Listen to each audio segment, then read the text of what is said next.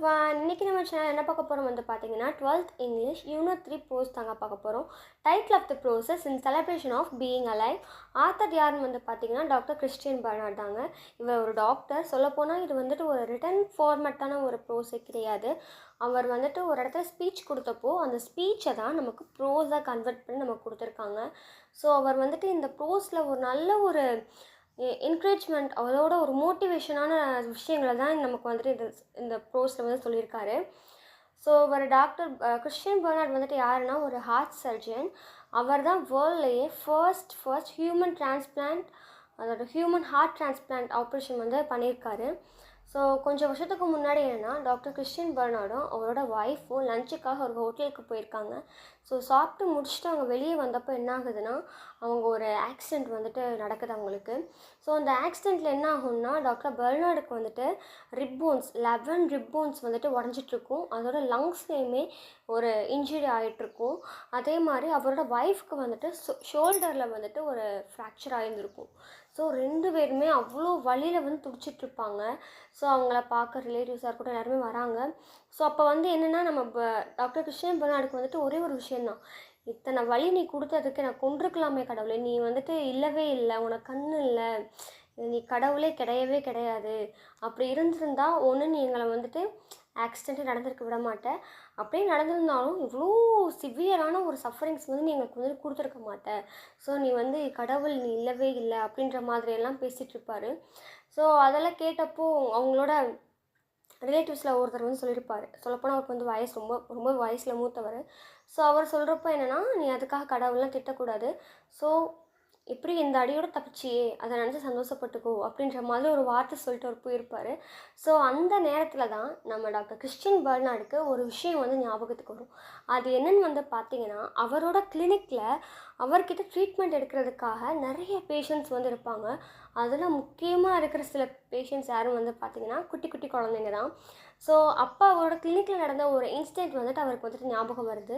So அவரோட கிளினிக்கில் வந்துட்டு ஒரு குறிப்பிட்ட ஒரு 2 பசங்களை பற்றி தான் அந்த விஷயம் வந்து இருக்குது. ஸோ ஒரு 2 பசங்க இருக்காங்க அவர் கிளினிக்கில். ஸோ அந்த 2 பசங்களில் ஒரு பையனுக்கு வந்துட்டு கண்ணு தெரியாது, இன்னொரு பையனுக்கு வந்து என்னென்னா ஒரு கை கிடையாது. ஸோ 2 பேருக்குமே சின்ன வயசுலேயே ஒரு மிகப்பெரிய இழப்பை தான் 2 பேருமே சந்திச்சிருக்காங்க.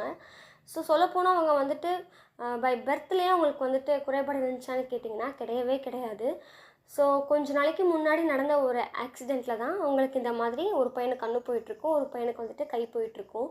ஸோ அந்த 2 பசங்களை வச்சுனது தான் அந்த கதை. ஸோ என்னென்னா நர்ஸ் வந்துட்டு அட்டெண்டர் வந்துட்டு என்ன பண்ணியிருப்பாங்கன்னா லன்ச் எடுக்கிறதுக்காக அந்த ட்ராலியை வந்துட்டு அந்த ரூம்குள்ளே எடுத்துகிட்டு போயிருப்பாங்க.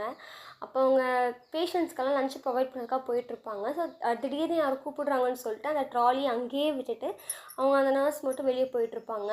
ஸோ அந்த நேரத்தில் அந்த 2 பசங்களும் என்ன பண்ணியிருப்பாங்கன்னா அந்த ட்ராலியை எடுத்துகிட்டு விளையாட ஆரம்பிச்சிருப்பாங்க.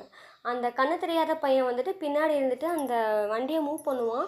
முன்னாடி வந்துட்டு நம்ம அந்த கை இல்லாத பையன் வந்துட்டு முன்னாடி உட்காந்து இந்த பக்கம் போ அந்த பக்கம் போ அப்படி போ இப்படி போன்னு சொல்லிட்டு மாறி மாறி வழி சொல்லிட்டு இருப்பான். அதாவது அந்த பிளைண்டாக இருக்கிற பையன் வந்துட்டு மெக்கானிக் ரோலும் அந்த கையில்லாத பையன் வந்துட்டு டிரைவர் மாதிரியுமே விளையாடிட்டுருப்பாங்க. ஸோ அங்கேயும் இங்கேயும் அவங்க கத்தி சுற்றி நல்லா ஆடி ஓடி விளையாடுறத பார்த்து மற்ற பேஷண்ட்ஸும் என்ஜாய் பண்ண ஆரம்பிச்சிருவாங்க. அது மட்டும் இல்லாமல் கைத்தட்டி என்கரேஜ் பண்ணுறது, ஷவுட் பண்ணுறது, அவ்வளோ இதாக செலிப்ரேட் பண்ணிகிட்ருப்பாங்க, அப்படி விளையாடிட்டுருப்பாங்க. எப்படின்னா அவங்களுக்கு இருக்கிற அந்த குறையே தெரியாத அளவுக்கு அந்தளவுக்கு அவங்க enjoy பண்ணிகிட்ருப்பாங்க.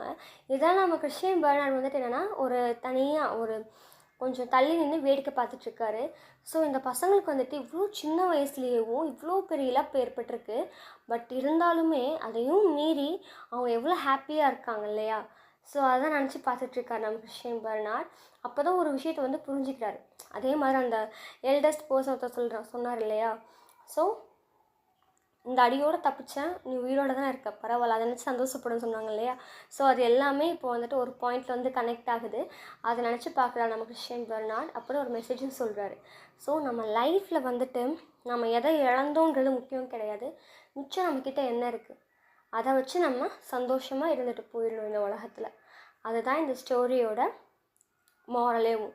So in celebration of being அலைவ்னா ஸோ நம்ம உயிரோடு இருக்கிறத நினச்சி சந்தோஷப்பட்டுட்டு போயிடணும் அப்படின்றது தான் இந்த ஸ்டோரி. ஸோ தேங்க்யூ ஃபார் வாட்சிங்.